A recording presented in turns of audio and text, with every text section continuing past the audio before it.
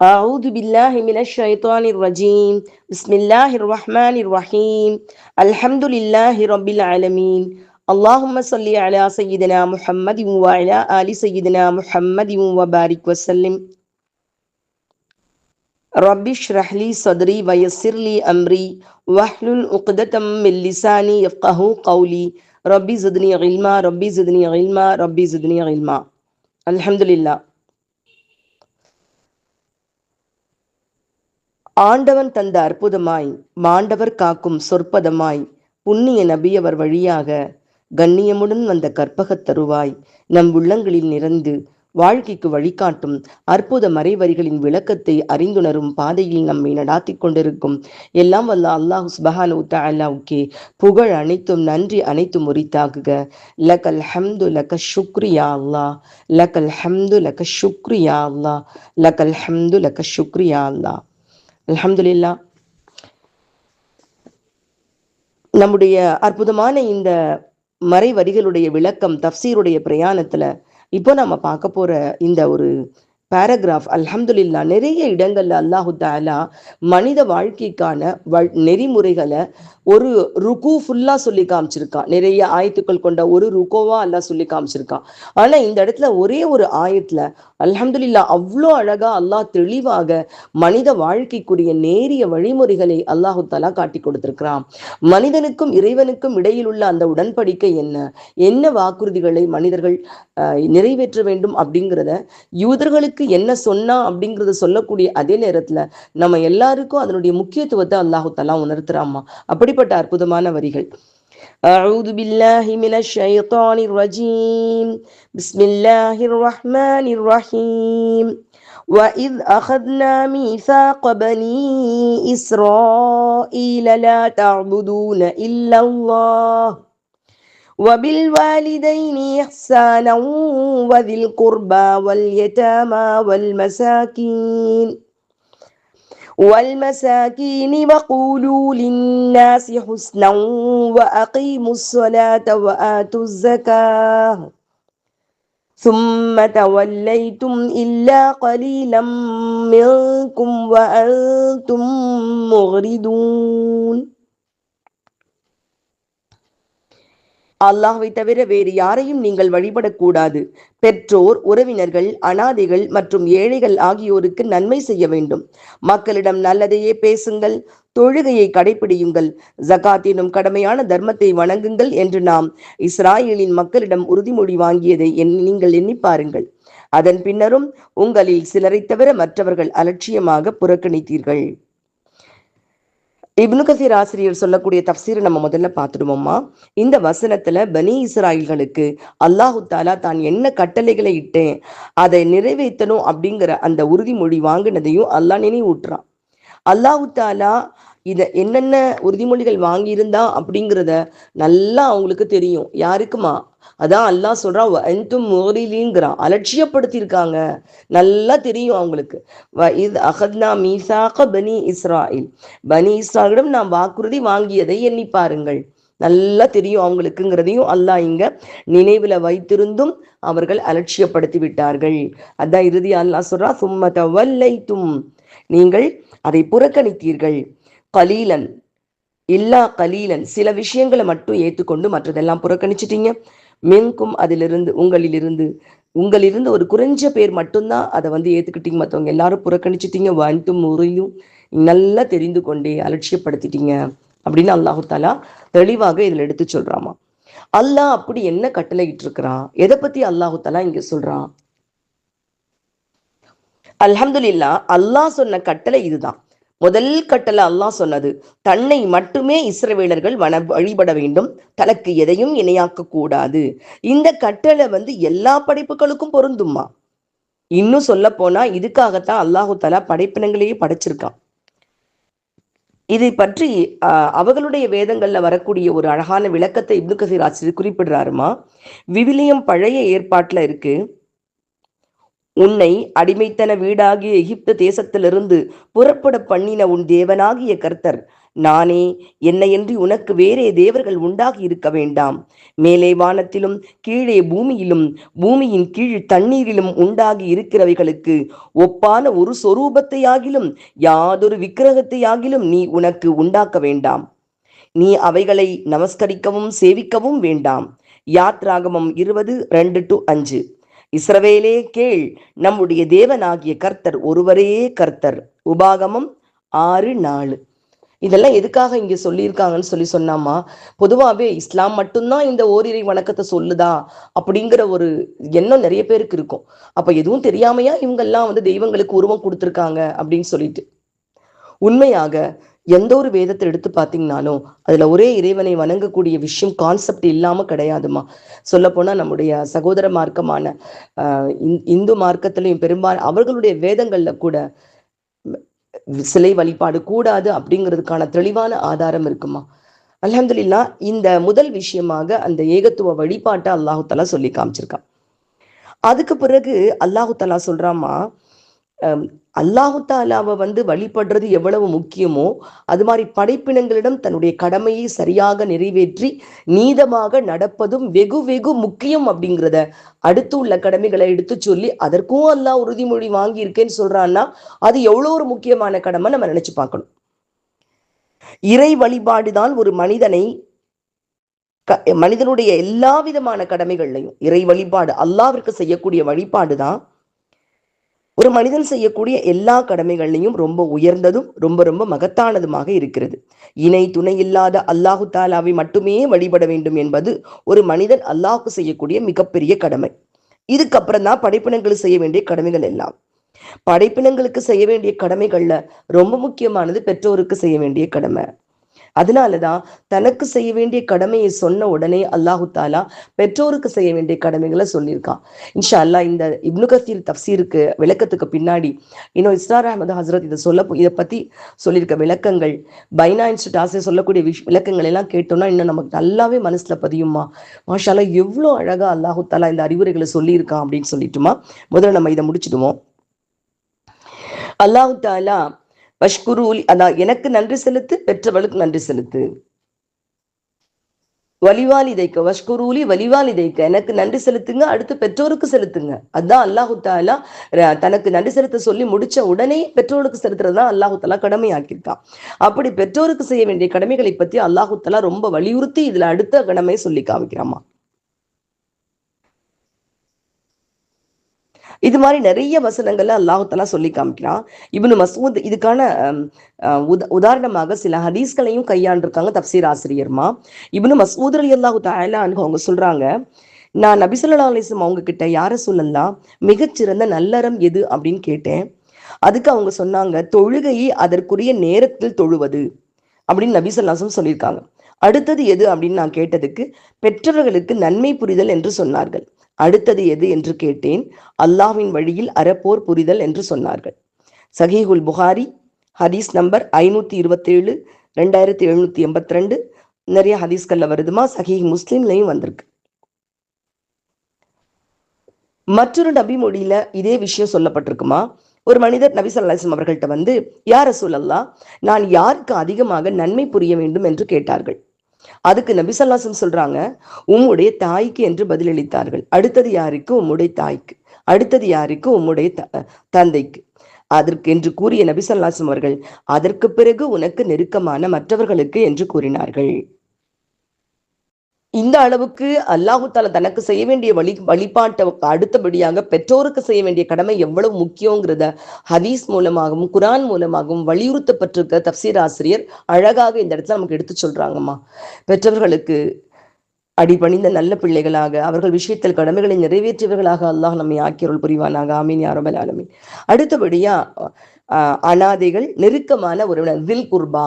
அது பெற்றவர்களுக்கு அடுத்து வில் குர்பா, மாஷா அல்லாஹ், நெருக்கமான உறவினர்கள்.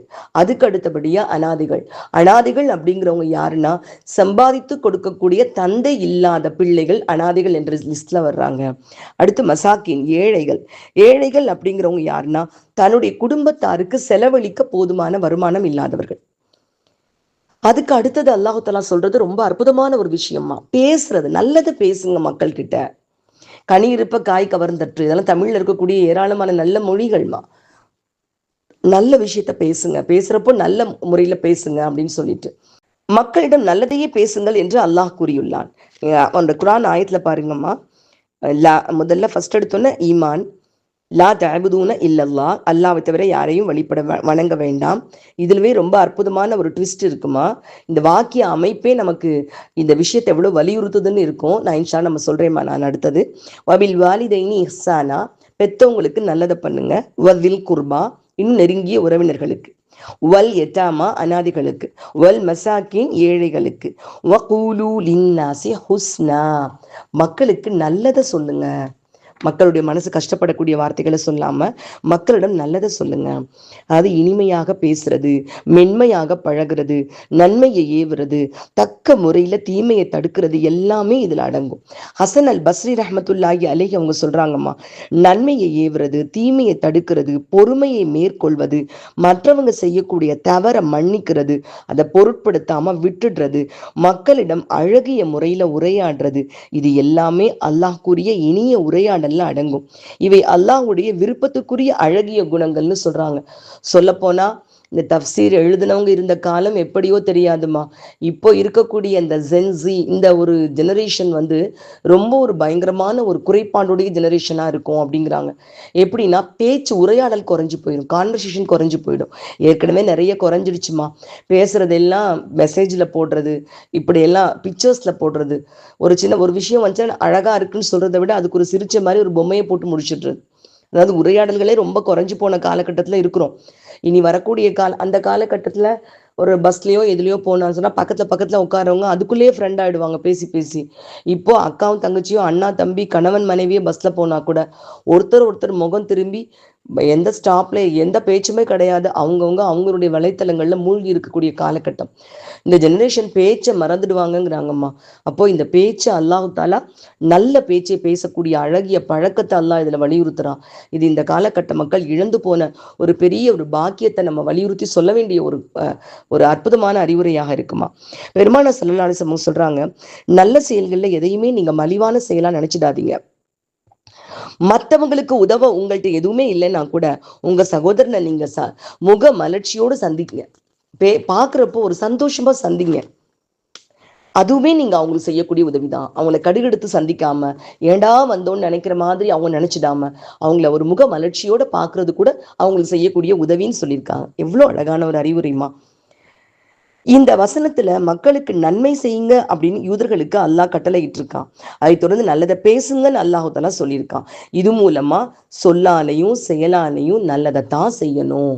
நல்லதை தவிர வேறு எதையுமே செய்யக்கூடாது. மக்களுக்கு நன்மை செய்யறதையும் அல்லாஹ் ஏவிருக்கான், பேசுற பேச்சிலையும் நன்மையை செய்ய சொல்லி அல்லாஹ் ஏவிருக்கான். இப்படி நன்மையை தவிர வேறு எதுவும் செய்யக்கூடாதுன்னு உறுதிமொழி வாங்கியிருக்கிறதாக அல்லாஹ் சொல்றான்.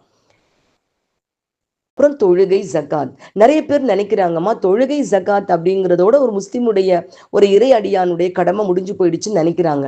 அப்படி கிடையாது. முதல்ல ஈமான சொன்ன அல்லாஹு தாலா அதுக்கு பிறகு இன்னும் ஜக்காத்துல கூட அடங்கிரும். எப்படி இருந்தாலும் ஜக்காத்தை உறவுகளுக்கு தான் நிறைய கொடுப்போம் நம்ம. அதுலயே தில் குர்பா, எத்தாமா, மசாக்கின் எல்லாம் அடங்கிரும். இவங்களுக்கெல்லாம் கொடுத்துருவோம் இல்லம்மா. ஆனா ஜக்காத்தையும் தாண்டி நம்முடைய பொருள்ல மற்றவர்களுக்கு உரிமை இருக்குங்கிறத நினைக்கணும்.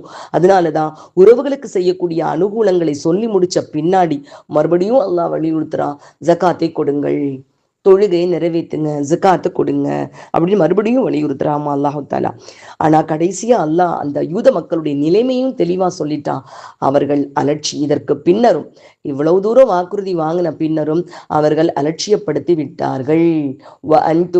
அலட்சியப்படுத்தி அதை விட்டு புறக்கணித்து விட்டார்கள். முதுகுக்கு பின்னாடி தூக்கி போட்டாங்க. நல்லா தெரிஞ்சுக்கிட்டதுக்கு அப்புறம் கூட ரொம்ப கொஞ்சம் பேர் தான் அதை பின்பற்றினாங்களே தவிர மற்றவங்க எல்லாரும் அதை தூக்கி வீசி எரிஞ்சிட்டாங்க. இந்த வசனங்கள்ல யூதர்களுக்கு உத்தரவிட்டது போலதான் முஹம்மது ஸல்லல்லாஹு அலைஹி வஸல்லம் அவங்களுக்கும் அவங்களுடைய சமுதாயமான நமக்கும் அல்லாஹு தாலா அன்-நிசா அத்தியாயத்துல கட்டளையிட்டு இருக்கான். ஏன் இந்த இடத்துல இந்த ஆயத்தையும் சொல்றாங்கன்னு சொன்னா இது யாருக்கோ ஒருத்தருக்கு சொல்லப்பட்டது, அது யூதர்கள்ட்ட பனி இஸ்ராயல்கிட்ட வாங்கின வாக்குறுதி, நமக்கு இந்த மாதிரி ஒரு அறிவுரை இருக்குதோ இல்லையோ நினைச்சிடக்கூடாதுங்கிறதுக்கு தான் பின்னாடி வரக்கூடிய அந்த ஆயத்தையும் முன்கூட்டியே சொல்லியிருக்காங்க போல தப்சீர் ஆசிரியர்மா. அதையும் இங்க நமக்கு கோட் பண்ணி காமிச்சிருக்காங்க. அன்னிசா அத்தியாயத்துல 36வது ஆயத்துல அல்லாஹ் சொல்றான், வஅபுதுல்லாஹ வலா துஷ்ரிகு பிஹி ஷைஆ வபில் வாலிதைனி இஹ்சானா வபிதில் குர்பா வல் யதாமா வல் மசாகின் வல் ஜாரி தில் குர்பா வல் ஜாரில் ஜுனுபி வஸ்ஸாஹிபி பில் ஜம்பி வப்னிஸ் ஸபீல் வமா மலக்கத் ஐமானுக்கும் இன்னல்லாஹ லா யுஹிப்பு மன் கான முக்தாலன் ஃபகூரா. அல்லாஹ்வையே வணங்குங்கள், அவனுக்கு எப்பொருளையும் இணை வைக்காதீர்கள். தாய் தந்தைக்கும் உறவினர்களுக்கும் அனாதைகளுக்கும் ஏழைகளுக்கும் அண்டை வீட்டில் உள்ள உறவினர்களுக்கும் உறவினர் அல்லாத அண்டை வீட்டாருக்கும் தொழிலில் பிரயாணத்தில் கூட்டாளிகளாக இருப்போருக்கும் வழிபோக்கருக்கும் உங்களுடைய வழக்கரங்கள் சொந்தமாக்கி கொண்டவர்களான உங்களுடைய அடிமைகளுக்கும் நீங்கள் உபகாரம் செய்யுங்கள். இவர்களை விட தான் உயர்ந்தவன் என்று பெருமைப்படக்கூடியவனாக, அது அவங்க எல்லாம் விட நான் பெஸ்ட், இவர்களை எல்லோரையும் விட தான் உயர்ந்தவன் என்று பெருமை அடிக்கிறவனாக கர்வம் உள்ளவனாக இருப்பவனை நிச்சயமாக அல்லாஹ் நேசிப்பதில்லை. மோரலஸ் ரெண்டுமே ஒரே மாதிரி. மனிதர்களுக்கு செய்ய வேண்டிய கடமைகள், அதே நேரத்துல அல்லாஹ்வோட விஷயத்துல இணை வைக்காமல் இருப்பது, ரெண்டுமே நமக்கும் அல்லாஹு தாலா சூரத்து நிசால அறிவுறுத்தி இருக்கிறாமா. இப்படிப்பட்ட அந்த வாக்குறுதியை அல்லாஹ் சொல்லி காமிக்கிறான். இப்போ நம்ம இஸ்ரார் அஹமது ஹசரத் அவங்களுடைய பார்வையில பார்ப்போமா.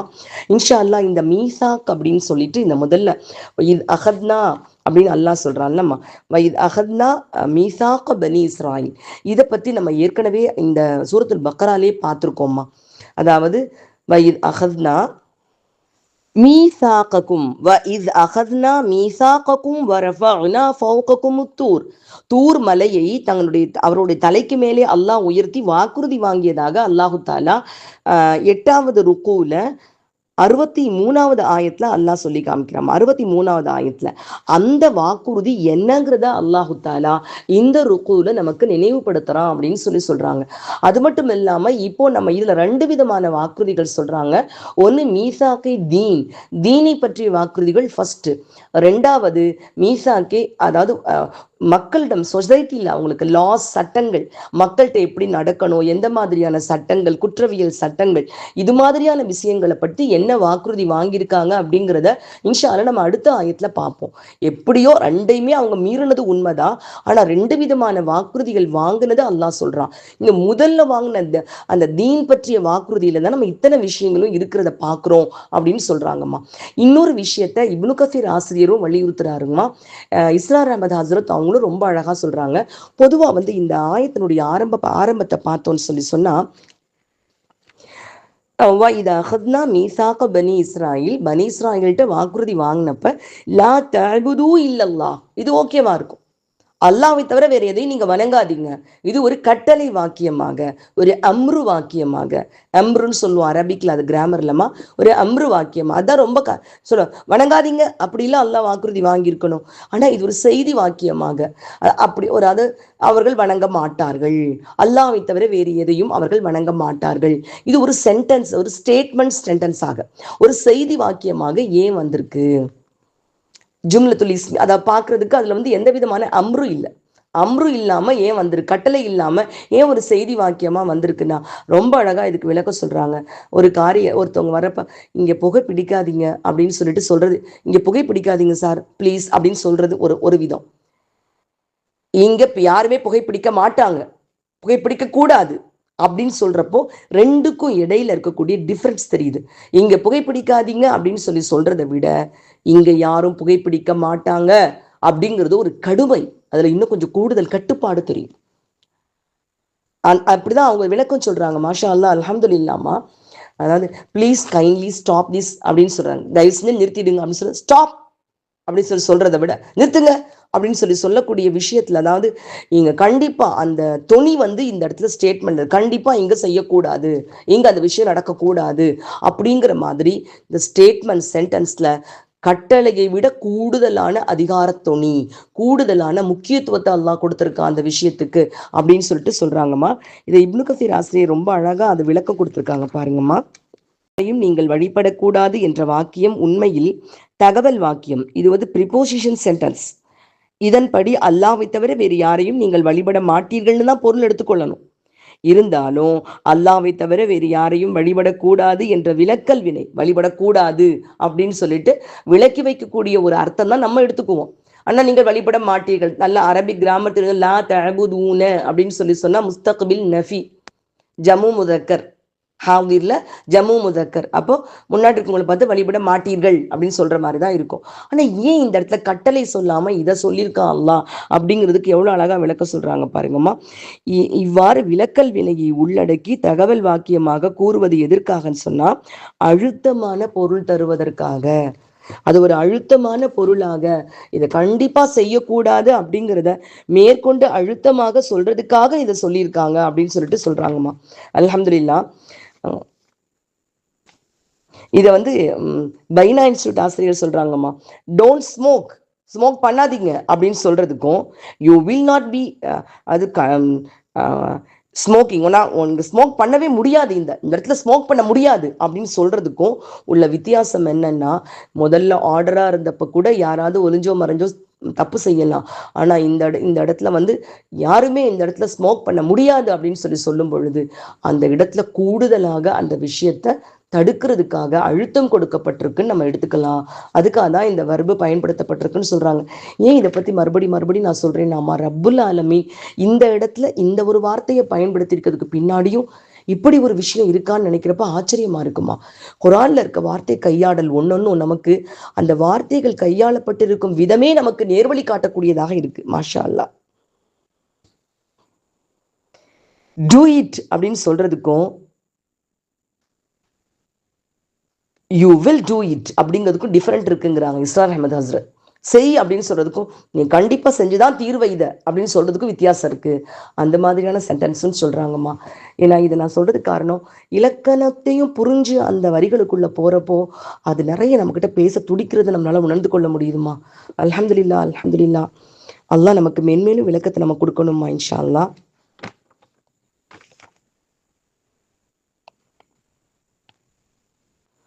அதுக்கு அடுத்தபடியா பெற்றோர்களுக்கு செய்ய வேண்டிய ஒரு விஷயத்த அல்லாஹ் வந்து சொல்லி காமிக்கிறான். அல்லாஹ் வந்து ஒரு இடத்துல கிடையாதுமா, 4 இடங்கள்ல தனக்கு செய்ய வேண்டிய கடமைக்கு பிறகு அடுத்தபடியாக பெற்றோருக்கு செய்ய வேண்டிய கடமையை பற்றி அல்லாஹு தஆலா குர்ஆன்ல வலியுறுத்தி இருக்கானா.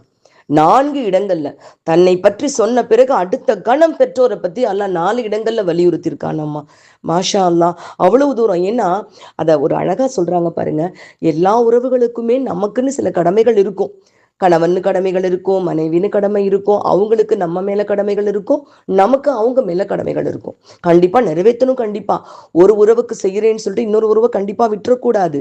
ஆனா அதே நேரத்துல நமக்கு யாருமே இல்லாம இருந்த பொழுது முழுமையாக நமக்காக ஒருத்தர் செஞ்ச கடமையிலேயே நம்ம வந்து உயிர் பழைச்சு வாழ்ந்தோம், ஒருத்தர் நமக்காக செய்த அருள்ல மட்டும்தான் அதை மட்டுமே சார்ந்து நம்ம வாழ்ந்தோம்னு சொன்னா அப்படி சொல்லக்கூடிய ஒரே உறவு உலகத்தில் இருக்கும்னா அது பெற்றோர்கள் மட்டும்தாம்மா, பெற்றோர் மட்டும்தான். அதனாலதான் பெருமானா ஸல்லல்லாஹு அலைஹி வஸல்லம் அவங்ககிட்ட ஒரு தந்தை வர்றாங்க. அவங்க சொல்றாங்க, என் பிள்ளை நல்ல பிள்ளைதான், ஆனா என்னை கொஞ்சம் கஷ்டப்படுத்துறாங்க, என்னை சிரமப்படுத்துறாங்க அப்படின்னு சொன்ன உடனே கோவமா அவங்கள கூப்பிட்டு சொன்னாங்க, அன்ட மாலுக்க லி அபீக். மகனை கூப்பிட்டு சொன்னாங்க, நீயும் உன் செல்வமும் உன்னுடைய தந்தைக்குரியது, நீ அவர்களுடைய கடமையை நிறைவேற்று அப்படின்னு கண்டிச்சு சொன்னாங்க. அந்த அளவுக்கு நம்ம எல்லா வகையிலையும் அவங்கள சார்ந்து இருந்த காலகட்டம் பெற்றோர் மாதிரி வேற எந்த உறவும் இருக்காதுமா. நம்ம அவங்களுக்கு கடமை செய்வோம், அவங்க நமக்குரிய கடமையை செய்வாங்க. அப்படி ஒரு கிவ் அண்ட் டேக்கா இருக்குமே தவிர எந்த விதமான அந்த கொடுக்கல் வாங்கல் இல்லாம வாங்கி கொண்டு மட்டும் நாம அனுபவித்து மட்டும் நம்ம சார்ந்து இருந்த உறவுங்கிறது பெற்றோர்கள். அந்த பெற்றோருக்கு செய்ய வேண்டிய கடமைகளை அல்லாஹு தஆலா இதுல ரொம்ப அழகா வலியுறுத்தி சொல்லியிருக்காமா. மாஷா அல்லாஹ்.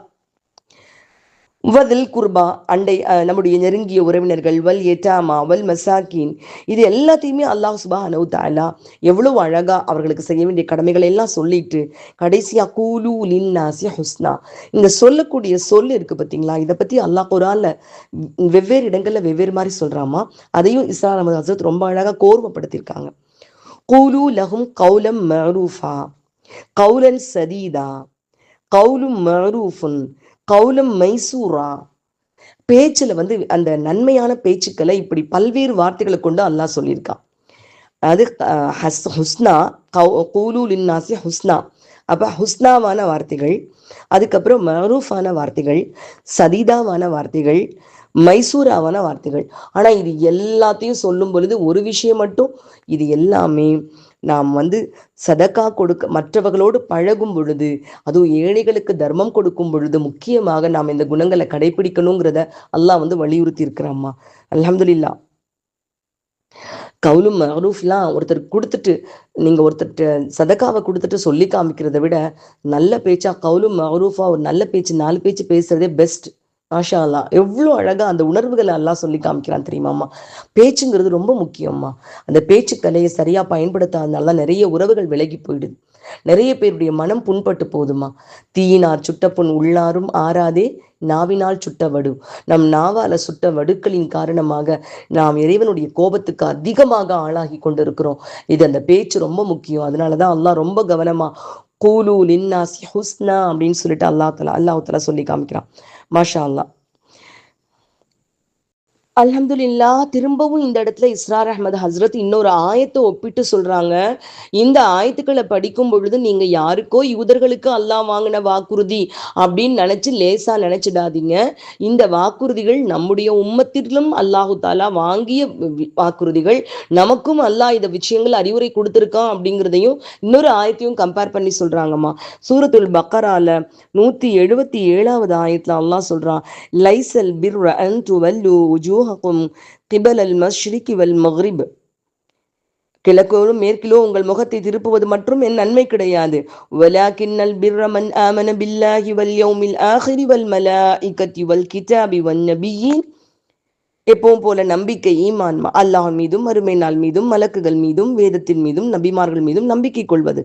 இப்போ திரும்ப உறவினர்கள், அதாவது வஆத்தல் மால அலா ஹுப்பிஹி தவில் குர்பா வல் யதாமா வல் மசாகீன வபனஸ் சபீல் வஸ்ஸாயிலீன வஃபிர் ரிகாபி வஅகாமஸ் ஸலாத்த வஆத்தஸ் ஸகாத். இதுலயும் அதே மாதிரி சேம். அதாவது முதல்ல ஈமான பத்தி சொல்லிட்டு, அப்புறம் யார் யாருக்கு நம்ம கடமைப்பட்டிருக்கோங்கிறத சொல்லிட்டு, மறுபடியும் அல்லாஹ் தொழுகையும் ஜகாத்தையும் வலியுறுத்துறான். அப்போ இந்த விஷயங்கள் ஒவ்வொரு உம்மத்தும் வாழ வேண்டிய முறைகளை அல்லாஹ் வலியுறுத்தும் பொழுது, அந்த உறவுகள் அவங்க எல்லார்கிட்டையும் அல்லாஹ் வலியுறுத்தக்கூடிய விஷயங்கள்ல மனிதாபிமானம் இவ்வளவு பெரிய முக்கியத்துவம் வாய்ந்ததாக இருக்கு அப்படிங்கிறத நம்ம உணர முடியுமா. இதை நான் முடிக்க போறப்போ இன்னொரு சின்ன விஷயம், பைனா இன்ஸ்டியூட் ஆசை பெற்றோர்கள் விஷயத்தை ஒரு ஹைலைட்டா கொண்டு நிறுத்திடுவோமா. அவங்க சொல்றாங்க, வபில் வாலிதைனி இஹ்சானா அப்படின்னு நீங்க சொல்லியிருக்கான் அல்லாஹு தாலா. உங்களுடைய பெற்றோருக்கு நன்மை செய்யுங்கள் அப்படிங்கிற வார்த்தையெல்லாம் கொடுக்கல. இதை வேற மாதிரி சொல்லலாம். அதாவது துஹ்சினூன, முதல்ல சொன்ன மாதிரியே துஹ்சினூன லில்வாலிதைக்கு உங்களுடைய பெற்றோர்களுக்கு நன்மை செய்யுங்கள், நன்மை செய்வார்கள் அப்படின்னு சொல்லியிருக்கலாம். அல்லதுக்கு வஹ்சினு, உங்களுடைய பெற்றோர்களுக்கு நன்மையை செய்யுங்கள் அப்படின்னு அம்ருன்ல சொல்லியிருக்கலாம். அல்லது செய்தி வாக்கியமான தொஸ்ஸினூன பில்வாலிதைன் அப்படின்னு செய்தி வாக்கியமா சொல்லியிருக்கலாம். எதுவுமே இல்லாம ஒற்றை வார்த்தை இஹ்சானன் அப்படின்னா என்ன அர்த்தம்னு சொன்னாமா, வேற வழியே இல்லை. அந்த ஒற்றை வார்த்தையை கொடுக்கறதுனால அதுக்கு இன்னும் கூடுதல் கனம் கொடுக்குறாங்களா. வபில் வாலிதைனி இஹ்சானா, பெற்றோர்களை பொறுத்தளவுக்கு இஹ்சான், நல்ல முறையில் நடந்துக்கோங்க. லா தகுல்லஹுமா உஃப், அவங்களுக்கு சீனே நிறைய இடங்கள் எல்லாம் சொல்லியிருக்கானேமா, உஃப்னு சொல்லிடாதீங்க. அப்போ இஹ்சானன், அந்த ஒற்றை வார்த்தையில பெற்றவர்களுக்கு செய்ய வேண்டிய கடமையை அல்லாஹு தாலா சுருக்கம் தக்கிற மாதிரி சொல்லியிருக்கான். இதுக்கு எந்த வினைச்சொல்லையும் பயன்படுத்தல. இது ஒரு செய்தி வாக்கியமாக தொஹ்சினூன்னு சொல்லல, அம்ரு வாக்கியமாக வஹ்சினு அப்படின்னு சொல்லல.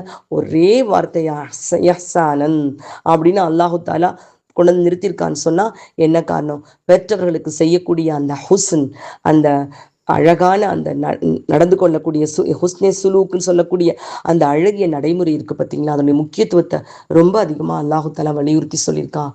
மாஷா அல்லாஹ். இது எல்லாமே முன்னாடி மீசாக் என்ன மீசாக் வாங்கினான், தூர்மலையை மேலே உயர்த்தி என்ன மீசாக் வாங்கினான்னு சொல்லிட்டு உள்ள விளக்கத்தை அல்லாஹ் நமக்கு இங்கே தெரிவிக்கிறாம்மா. இதோட மீசாக் முடியலம்மா. இதுக்கு அடுத்த உள்ள லைன்ல அடுத்து வரக்கூடிய பேரால இன்னும் என்னென்ன வாக்குறுதிகள், எவ்வளவு தெளிவான சட்டங்கள், ஒவ்வொரு சட்டத்தையும் எப்படி அந்த மக்கள் தூக்கி போட்டு உடைச்சாங்க, ஒவ்வொரு சட்டத்தையும் தூக்கி போட்டு உடைக்கிறாங்க, ஒவ்வொரு சட்டத்தையும் கரெக்ட் பண்றாங்க, அதை தங்களுக்கு சாதகமாக வளைச்சிட்டாங்க. வந்தும் முதலி சும்மத்தை வெள்ளைட்டும், நீங்க திருப்பியும் பின்வாங்கினீங்க, புறக்கணிச்சிங்க. வான்ட்டு முஹ்ரிதீன் அலட்சியப்படுத்துனீங்க. அல்ஹம்துலில்லாஹ். நவுதுபில்லாஹ் மின்கா. அல்லாஹ் நம்மளை பாதுகாக்கணுமா. எவ்வளோ அழகா அந்த மக்களுடைய அந்த புறம் தள்ளுன அந்த தன்மையை, நன்றி கிட்ட தனத்தையும் அல்லாஹு தாலா தெளிவா எடுத்து சொல்றாம்மா. இனி அடுத்து வரக்கூடிய விஷயமும் இன்னும் என்ன வாக்குறுதி, அது இது தீன் சம்பந்தப்பட்ட வாக்குறுதி. அது சட்டங்கள் அஹ்காம் சம்பந்தப்பட்ட வாக்குறுதிகள், சட்டவியல் சம்பந்தப்பட்ட வாக்குறுதிகள். அது எப்படி வாங்கினா, அதுலேயும் அவங்க எப்படி மாறுதல் செஞ்சாங்க அப்படிங்கிறத இன்ஷால்லா அடுத்து பார்ப்போம்மா. பழைய வரலாறுகள் என்பது வெறுமனே நினைத்து பார்ப்பதற்காக மட்டுமல்ல, நினைத்து வருந்தி திருந்தி நம் வாழ்வில் மாற்றத்தை ஏற்படுத்துவதற்காகவும் தான். இன்ஷா அல்லாஹ் நல்ல மாற்றங்களை நோக்கி நம் வாழ்க்கை பயணப்பட, அந்த மாற்றம் நம்மை எல்லாம் வல்ல அல்லாஹ் சுப்ஹானஹு தஆலாவின் ரிலாவிலே கொண்டு போய் நிறுத்துவதற்கு எல்லாம் வல்ல அல்லாஹ் தௌஃபீக் செய்வானாக. ஆமீன் யா ரப்பல் ஆலமீன். அஸ்ஸலாமு அலைக்கும் வரஹ்மத்துல்லாஹி வபரகாத்துஹு.